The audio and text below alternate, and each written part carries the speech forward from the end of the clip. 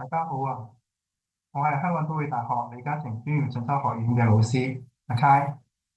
今日我想借呢個機會咧，就同大家介紹一個課程。而呢個課程咧，相對嚟講咧，都係新嘅。今年係將會第三年舉辦。或者我 share 個 PowerPoint 俾大家睇下先。正如大家而家畫面所見咧，會見到呢個課程嘅名就叫 DAE 應用教育文憑。咁2025年咧，將會係我哋第三屆嘅收生咁樣。嗱，我哋接住睇落去啦。咁本身呢個課程咧，你會見到咧，佢有個特別之處咧，就係話佢係教育局策劃嘅，亦都係由呢個自資高等教育聯盟咧所協辦。咁旗下咧有7間院校咧共同推出呢個課程。課程嘅目的就係話希望幫年輕人啦提供一啲更加多元同埋多階進出嘅學習途徑。嗱，我哋睇翻呢個圖表啦，我哋會見到傳統嚟講咧，香港學生咧，如果讀完中學文憑考試之後咧，咁佢如果成績達標嘅話咧，就會繼續升去學士學位啦。如果成績差少少嘅話咧，咁通常而家喺香港嘅教育制度底下咧，就係啲副學士或者係高級文憑嘅學位作為一個銜接，讀完2年之後咧，你照樣可以升翻學士學位嘅第三年。咁但係如果喺中學文憑考試嗰陣時咧，個成績都係爭啲嘅，未必能夠達到副學位嘅收生要求咧。咁一般嚟講，傳統可能只有出嚟做嘢啦，但係而家咧會有多個選擇，就係我哋有應用教育文憑，咁就用1年嘅時間幫大家打好呢個基礎，亦都係俾大家有一個平台去諗一諗，到底自己將來係想繼續升學，如果係升學嘅話咧。咁係想讀啲咩學科啦，又或者會唔會都學習一技之長，或者即係讀完呢1年之後咧，出嚟社會工作一段時間，吸收下啲工作經驗先咁樣。嗱，呢個本身呢個課程咧，個認可個資格認可如何咧？如果完成呢個課程咧，其實嗰個學歷咧就等於中學文憑考試咧5科第2級嘅成績，當中係包括咗中文同埋英文嘅。咁同時間咧，呢個課程咧亦都係資歷教學底下咧係認可嘅第3級別課程。咁對於啲有興趣投考公務員嘅同學咧，咁我哋知道有唔少嘅公務員職系咧，佢本身嘅要求咧都係要有中學文憑5科或者以上嘅成績，咁呢個課程咧都可以滿足到呢方面嘅需求。嗱，或者我哋睇翻3個例子先啦。咁就我哋見到同學 A，佢本身咧以前讀書咧就係讀到中五嘅，咁當中出嚟社會做咗幾年嘢之後咧，心裏邊咧一路都好想成為一個幼兒教育導師，但係又冇一啲嘅進修機會喎。咁呢個係同學 A 嘅個案啦。咁同學 B 嘅個案咧就係喺 DSE 失手。佢最想將來能夠發展咧，就喺機電工程嗰方面，但係佢數學又唔合格，嗱，呢個就係佢嘅情況啦。咁至於話同學 C，佢本身一路都係醉心於係一啲設計同埋創意媒體嘅學科，同埋將來亦都希望喺呢啲咁樣嘅行業裏邊咧，能夠發展到自己嘅事業。但係以往中三輟學之後咧，就一路都未有進修機會，而家已經都年滿咗21歲啦。針對呢3個同學嘅個案，其實咧應用教育文憑 DAE 可以係佢哋一個選擇嘅。個原因就係話，本身應用教育文憑咧，佢入學嗰個要求咧，係對同學亦都冇一個，譬如話你係需要喺 DSE 裏邊考到幾多分數，係冇呢方面嘅要求，只需要你係完成咗6年嘅中學教育課程，或者你本身已經係年滿21歲，作為一個年長生，符合到呢2個條件咧，就達到我哋嘅收生要求啦。咁至於話認可，如果你係想話繼續升學嘅話，有冇啲咩院校係可以俾你選擇嘅咧？而家你哋見到呢度畫面上面咧，咁多間院校咧，其實基本上都包含咗香港嘅大學或者大專嘅院校噶啦。佢哋咧全部都係認可呢個 DAE 呢個咁樣嘅資格，係可以入讀佢哋嘅副學士或者係高級文憑嘅課程咁樣嘅。咁或者我補充一樣嘢咧，就係話陣間我講到學科嗰陣時咧，我哋會講到有一科叫延伸數學嘅。咁如果選修呢個延伸數學咧，有咩好處咧？就係、你讀完呢個 DAE 課程啦，你等於中學文憑5科2咁嘅成績啦。如果你有修讀延伸數學嘅話咧，咁呢5科裏邊咧就包括咗數學科嘅。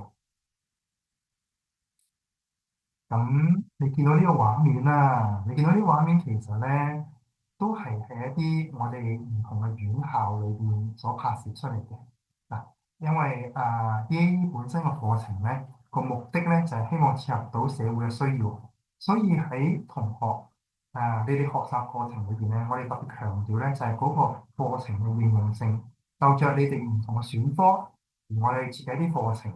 咁呢啲課程咧喺上堂嘅場地或者我哋叫課室啦，都係同傳統嗰啲課室唔同嘅。你會見到呢度有啲係飛機艙咁樣啦，或者係一啲嘅廚師喺一個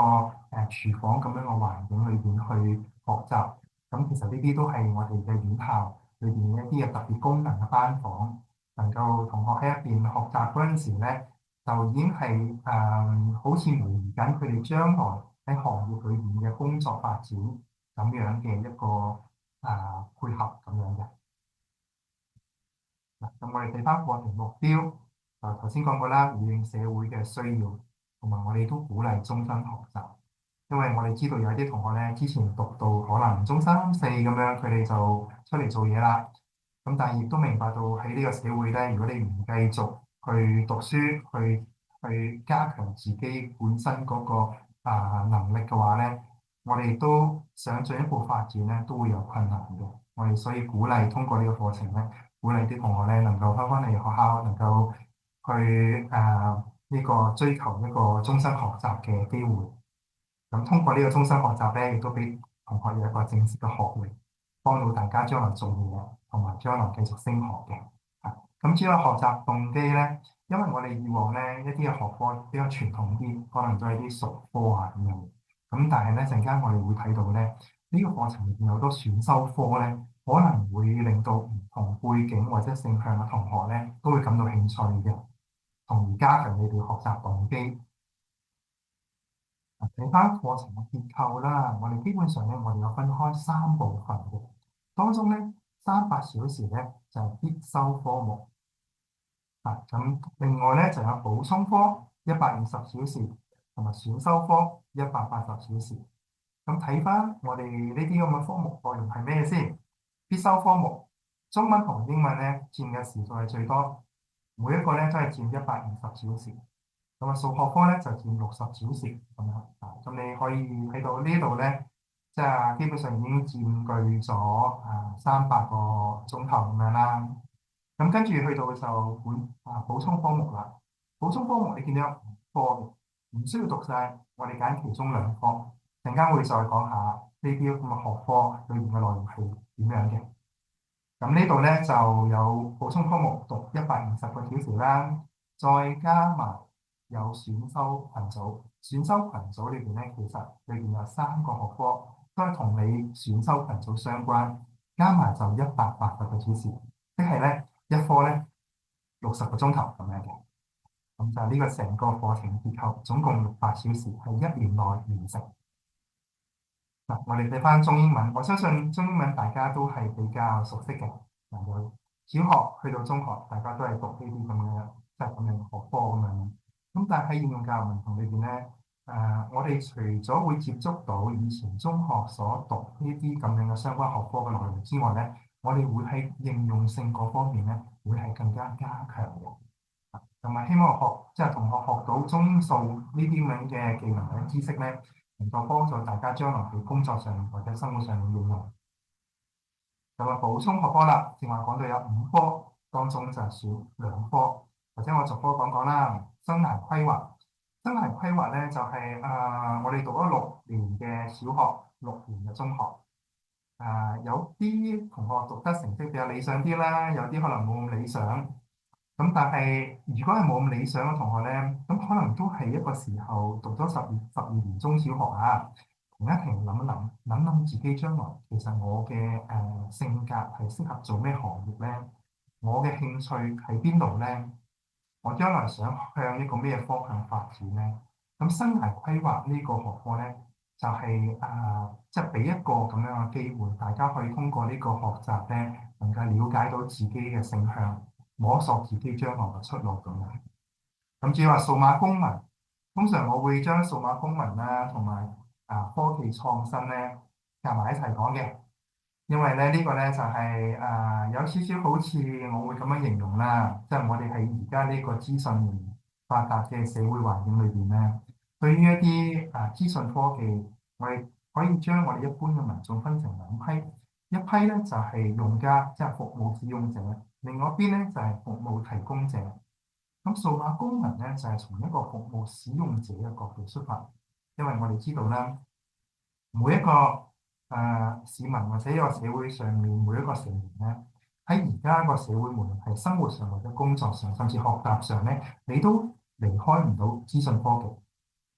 咁如果但係當你去使用一啲資訊科技嗰陣時咧，你有啲咩要注意咧？當中係咪有冇涉及到一啲嘅安全啊、道德啊、諸如此類咁樣嘅問題咧？咁我哋知道有好多網絡詐騙案件啦，亦都有好多 AI 咁樣能夠幫到我哋喺生活上、工作上有唔同方面嘅應用。但係點樣先至能夠確當咁樣去使用咧？咁呢個數碼公民咧，就係從一個用家角度出發。咁科技創新就係另外一邊啦，另外一邊就係從一個叫做服務提供者，你可能係一個 program 或者係一個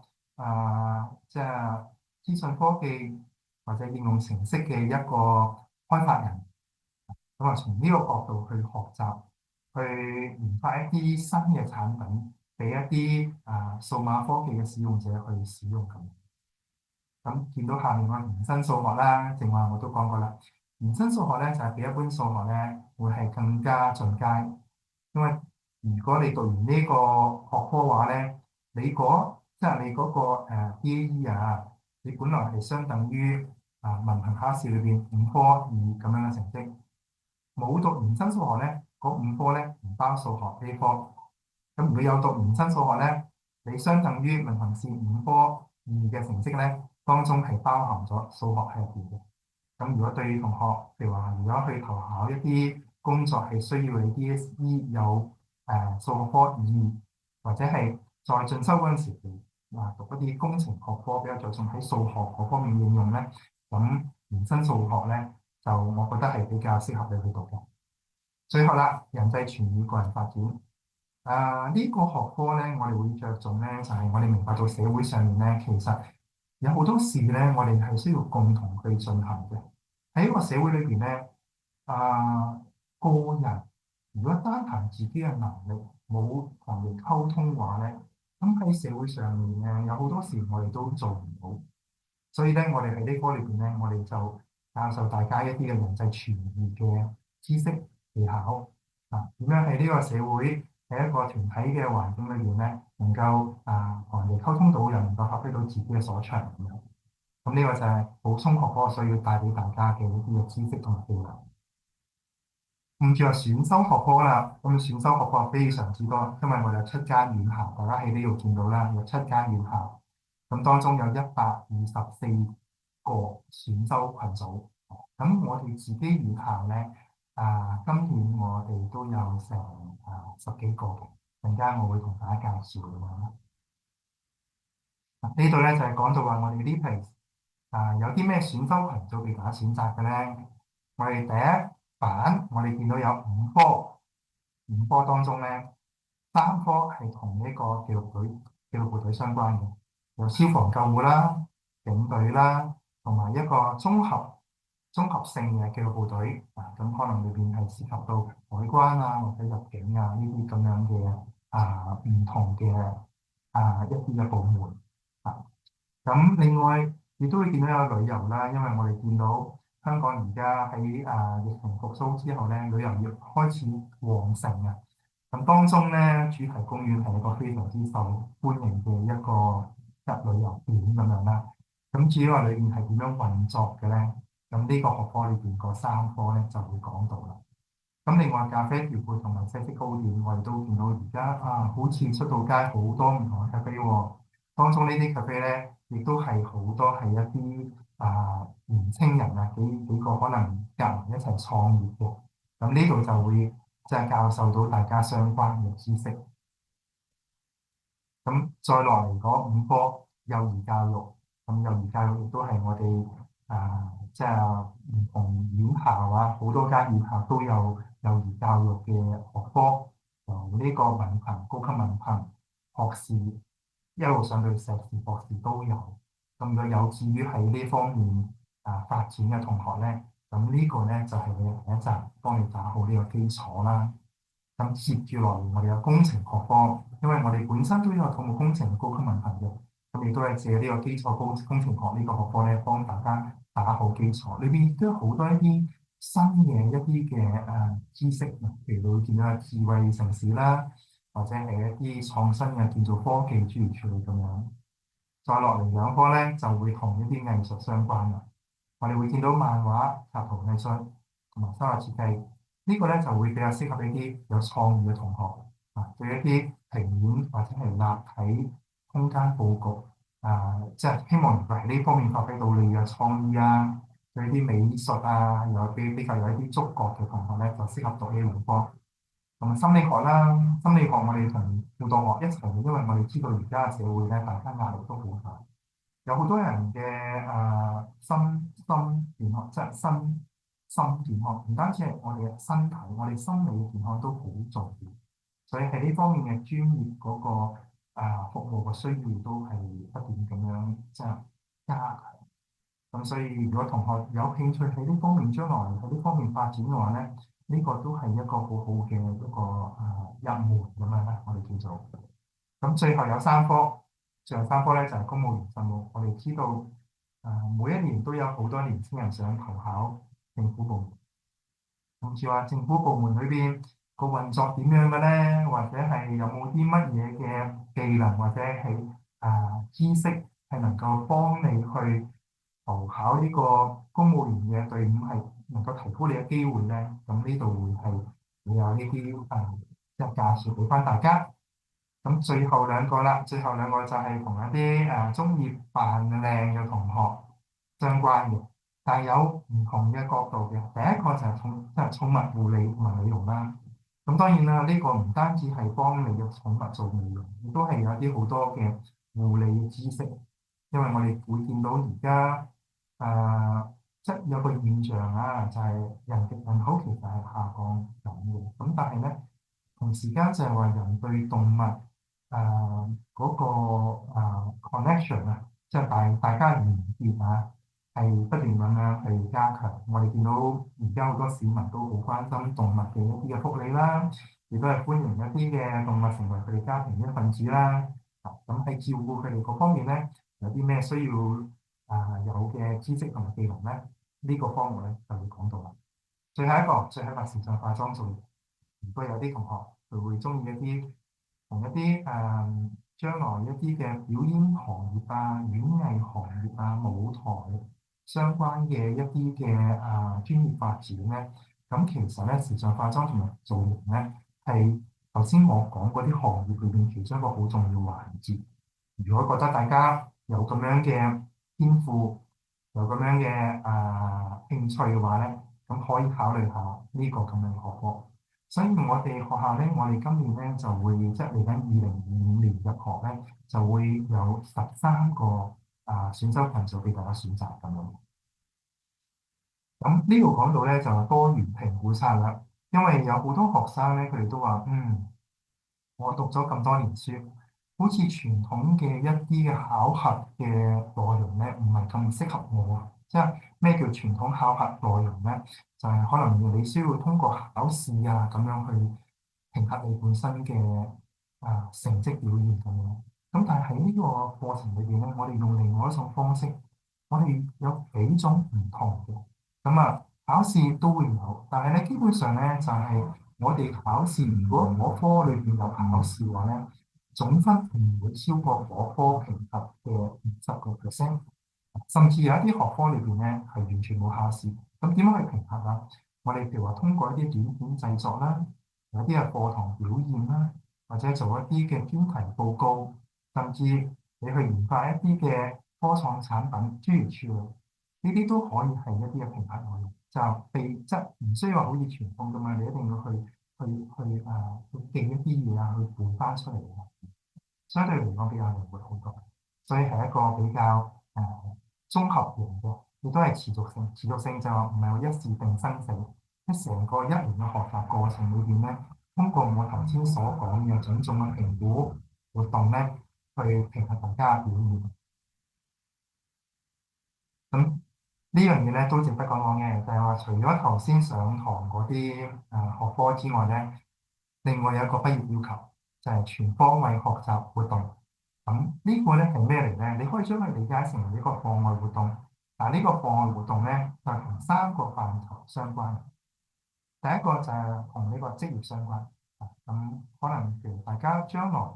啊做嘢嗰陣時，或者發展你嘅事業嗰陣時咧，有啲乜嘢嘅機會，有啲咩考慮，我哋就會請一啲業界人同大家分享啦。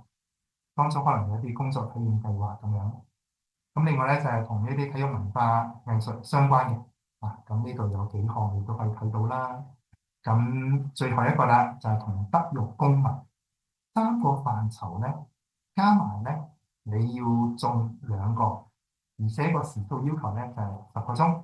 即係譬如話，我參加咗一啲相關嘅認可活動啦，可能由學校舉辦，或者係由高等教育聯盟佢哋去中央統籌咁樣。我夠十個鐘，但係呢10個鐘咧就唔能夠全部放晒喺德育及公民咁樣嘅，最少要中2個範疇。譬如話有2個鐘係德育及公民，其餘8個鐘係體藝發展，咁樣就滿足到個要求。咁唔一定2個，你一齊3個都 OK，10個鐘分佈喺3個範疇都 OK。咁呢度咧有啲相片，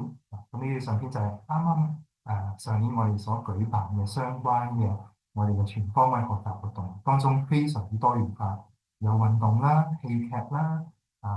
飛機工場嘅參觀啦、歌唱比賽諸如此類咁樣。嚟緊每年都會有啲新元素加入去嘅。咁總括嚟講咧，就係應用教育文憑嘅課程特色咧，多元進路。我哋可以唔係話用一試定生死嘅，唔係中學文憑考試就係我哋唯一嘅出路。我哋仍然有其他嘅進路咧，係幫我哋繼續去升讀上去，升讀去副學位啦，甚至再進一步去到呢個學位即係可能同其他即係我哋身邊嘅同學，佢哋行嘅路係唔同，但係終點都係一樣嘅。咁多元選擇啦，多元選擇你會見到裏邊有咁多個選擇群組，嗰個學科嘅嗰個分佈咧，可能比中學嗰陣時咧係多咗好多選擇。咁多元評估就係用唔同嘅評估方式去評核大家嘅表現個成績如何咁樣。咁呢個課程咧本身都有啲政府資助咁樣嘅。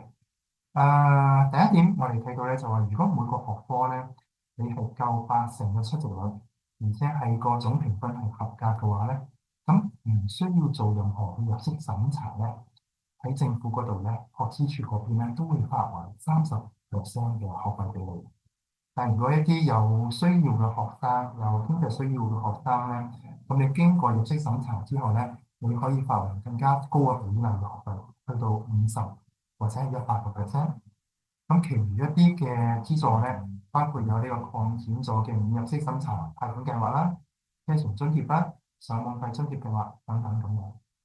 咁相關都可以即係去到我哋嘅網站或者係學資處嗰邊都有啲相關嘅資訊，可以再進一步去了解。嗱，報名時間啦，其實咧我哋嘅報名咧已經係開始咗啦，由上年12月2號開始。咁截止日期咧就係7月14號下晝4點，呢個係第一階段嘅。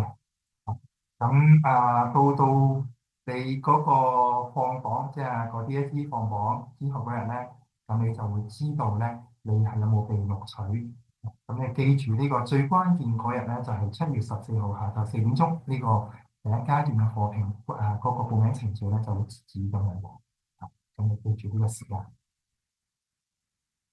咁呢個網站啦，網站亦都有更加多嘅資訊，亦都即係都有列出咗咧七間院校各自有啲咩選修群組，大家都可以上去睇。咁呢個就係我哋呢個即係高等教育聯盟佢哋DAE Office 嗰個聯絡方法啦。你可以通過 WhatsApp 或者係 email 去聯絡佢哋。咁至於話我哋自己學校咧，我哋都有一個熱線嘅，同埋都有相關嘅網站。咁如果大家有興趣嘅話咧，可以記低呢個 QR code，或者係上呢個網址揾揾相關嘅資訊。咁今日嗰個講座時間到呢度為止啦。如果你有啲咩問題嘅話，隨時歡迎聯絡我哋啊。好啦，拜拜。